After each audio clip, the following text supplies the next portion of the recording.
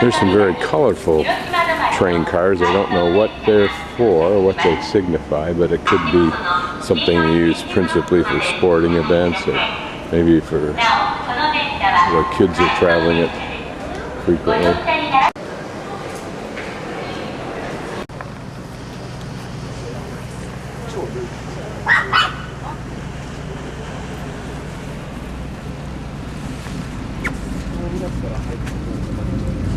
This is a pastry, and I'm not quite sure what's on it. It looks like little strips of carrots. I think there's maybe some kind of cheese, but I'm not positive. Not a lot of it, if there is any. But I'm not sure what this is, whether it's onions or what. I don't.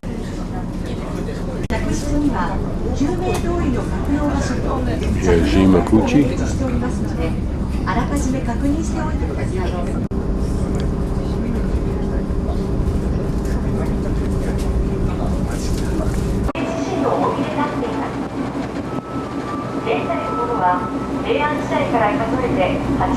The entire gate is made of natural camphor wood. The lower ends of the pillars appear to be buried and fixed into the floor of the sea.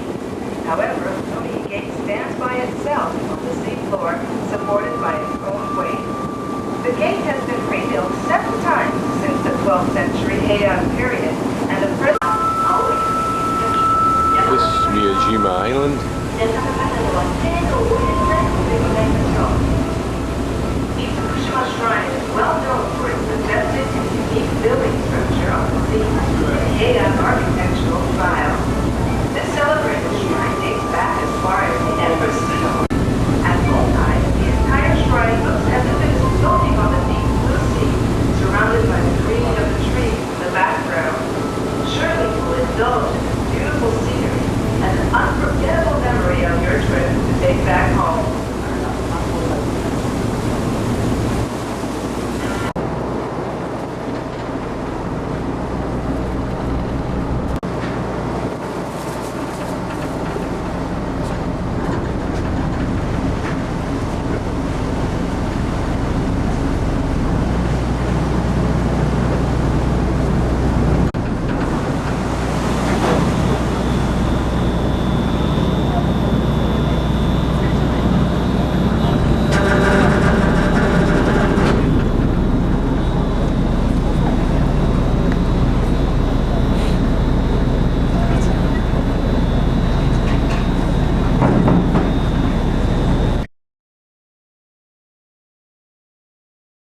That's the ferry terminal. There are the ferries, and now I'll sweep around quickly. I know you're upset with that.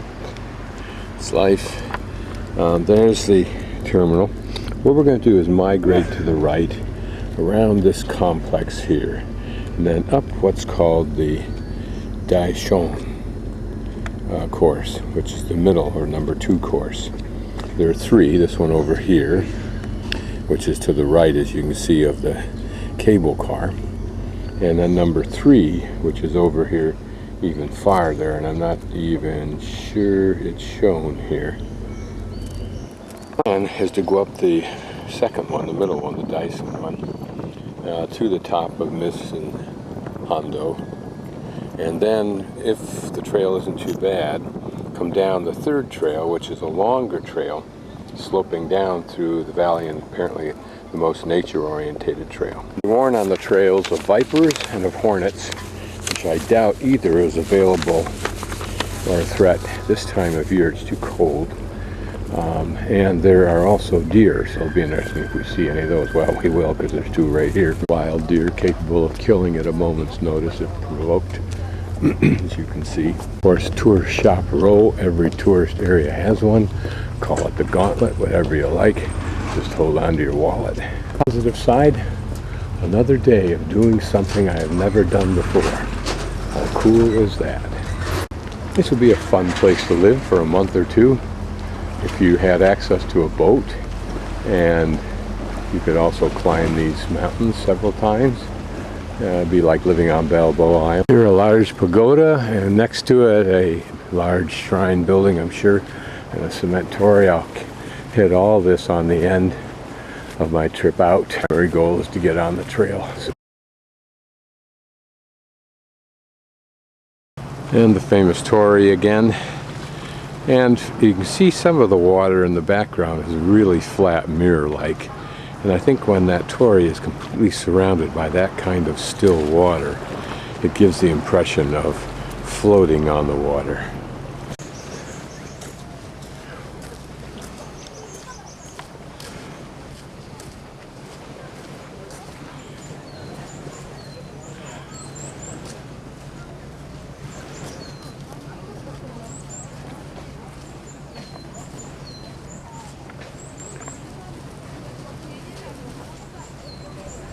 Pretty entryway that I wanted to get before the hordes arrive as I work my way up towards the trail. And apparently a rather large shrine complex down here that I'll visit a little bit later.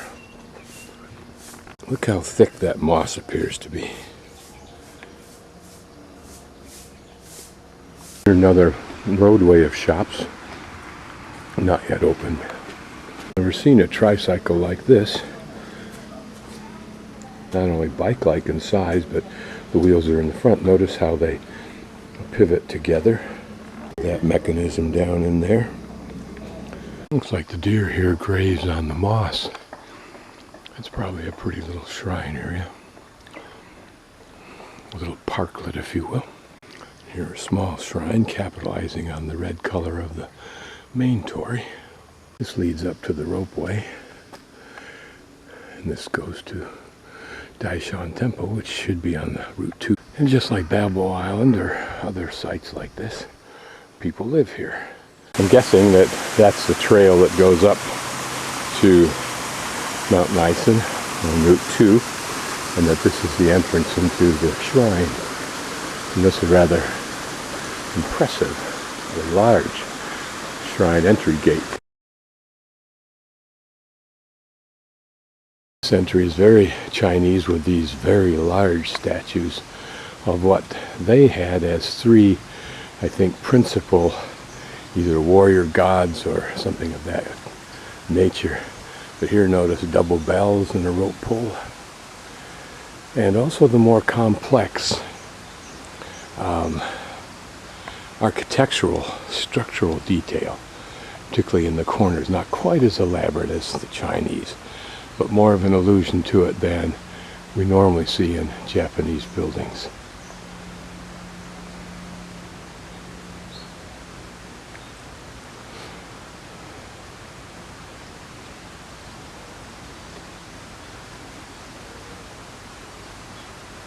Looks like a lion of some sort.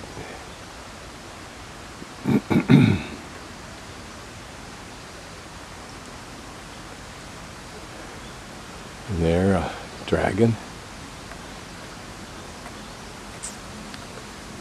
I'm not sure what we have here. Maybe a dragon-type bird, if that's a bird's head on the right, I think. We'll get a closer look at these statues of entities that clearly have issues.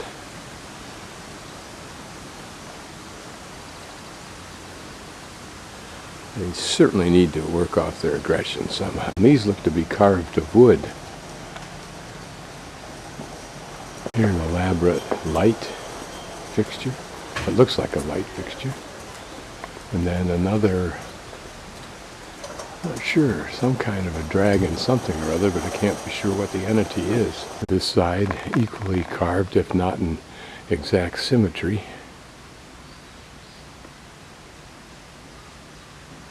A little bit of disrepair there. These are interesting. They're like prayer wheels, if you will, that you would see in Buddhist shrines in China, maybe. And people spin these. Probably as they walk up, they spin them all for more merit, I think. And here, maybe we can walk down this way, but I'm not sure those are children.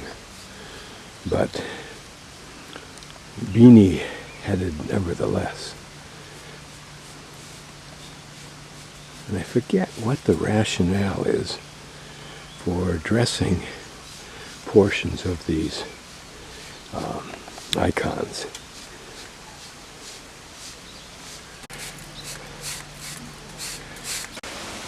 Here, an impressive bell tower with a moderately sized bell. We might call it a gong given the sound it makes. But pretty environs for this temple, eh?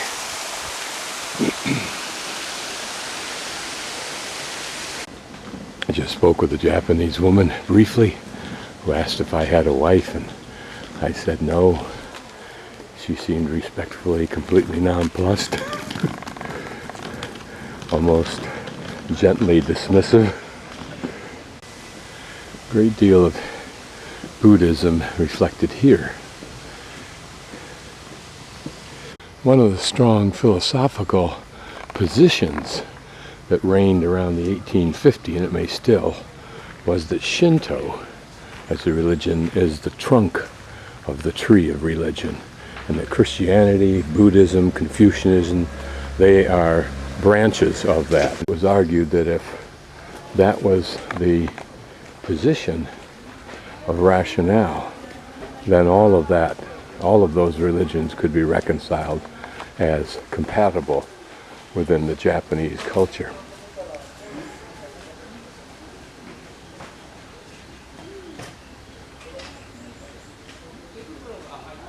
Interesting to find that model of a boat here. This curious Humpty Dumpty statue. And there, as you might find in a Buddhist temple, a lecturer, a priest lecturing to a group of followers. Usually it's quite intimate, but he sits in a chair like that.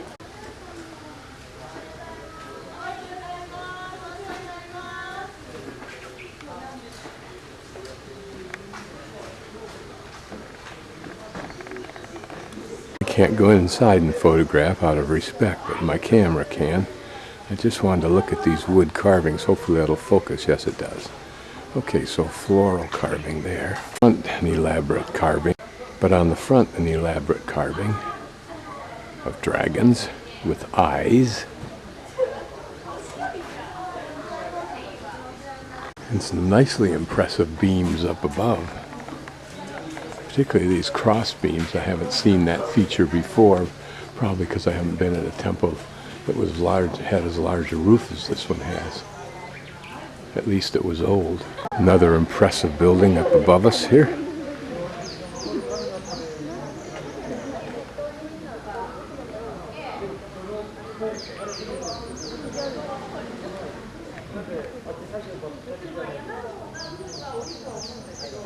And a little bit of detail that I think is very Buddhist looking. Again, the allusion to the cobra's hood.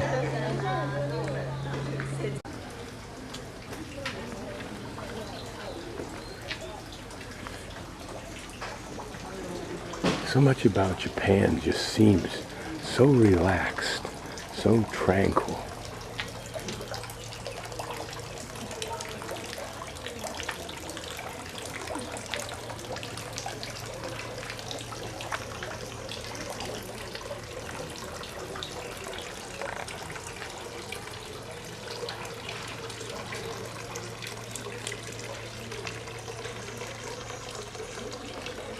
Cyrano? Well, I wasn't going to climb up here, but I can't resist. And here, bigger prayer wheels. The size gets you more, merit or not. But for me, I would need prayer wheels perhaps the size of the new World Trade Center building in order to get access to the place these folks dream of. Heaven, nirvana, whatever you want to call it. Again, we're looking for nuance, and I think this design has a little bit of that. It's got that turtle helmet shape overall, but those individual separated, let's call them roof joists, gives a pleasantly different aspect to the underside of that roof.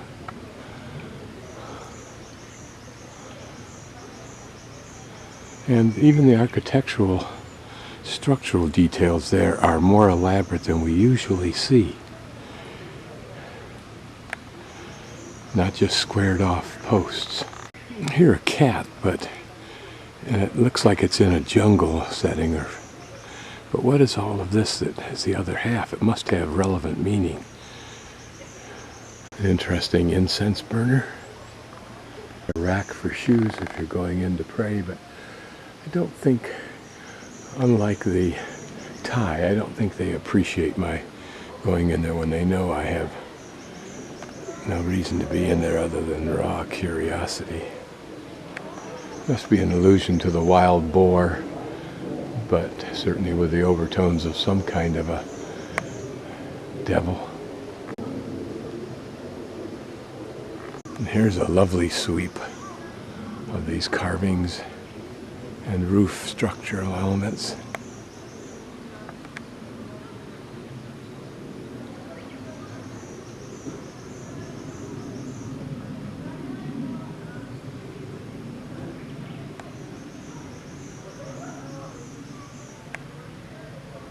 Some sake barrels. This raked garden is interesting because they have made a circle rake around each of the icons there, and then raked the rest of it flat. I mean straight parallel lines. Probably the reverse order of what I just described. There are many large buildings. This must have been, and still is, a very important area.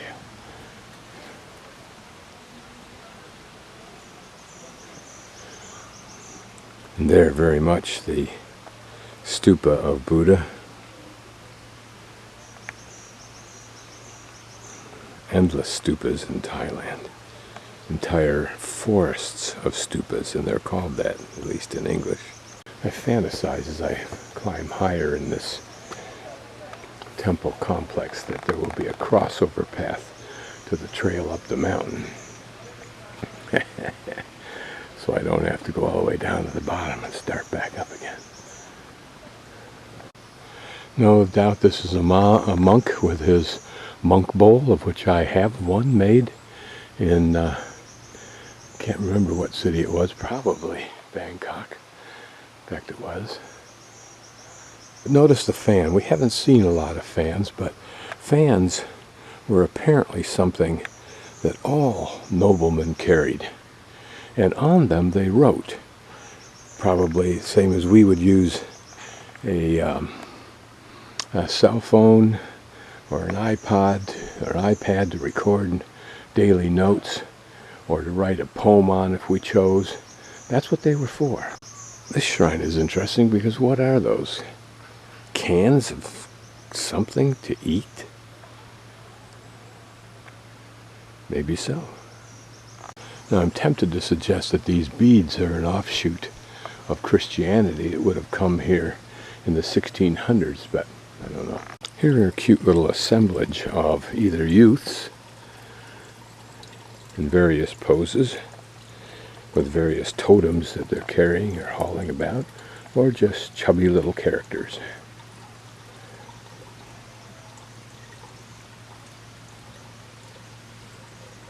But each with their little embellishments and little devices for holding coins, so you can make the appropriate offering if you wish. Now this may be a cave that I saw referred to once this morning in the guide that I've received. I can't find it now. Possible a crossover? Isn't this interesting? And the ceiling full of lamps. Maybe at one time they were lit with candles. Ah, and the smell of incense. I do love the smell of incense.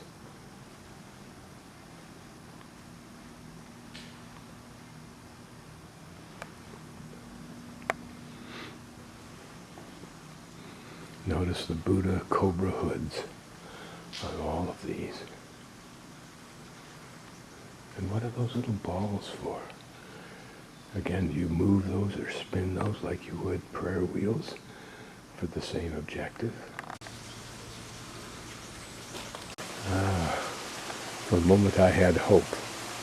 There's the trail, but I don't think I can get to it from here.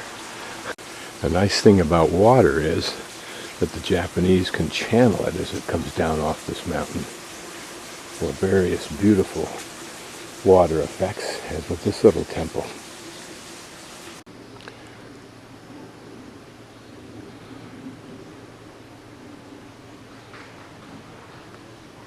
Yes, those are orange, and these are probably pears, peaches. Walk down that little pathway I saw earlier, and I think this is access to it. Soon we will walk right past ourselves.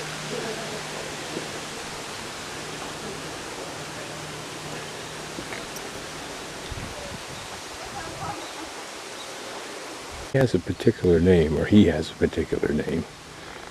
Just 2, 6 hands and 6 thumbs and 6 forefingers instead of just 2.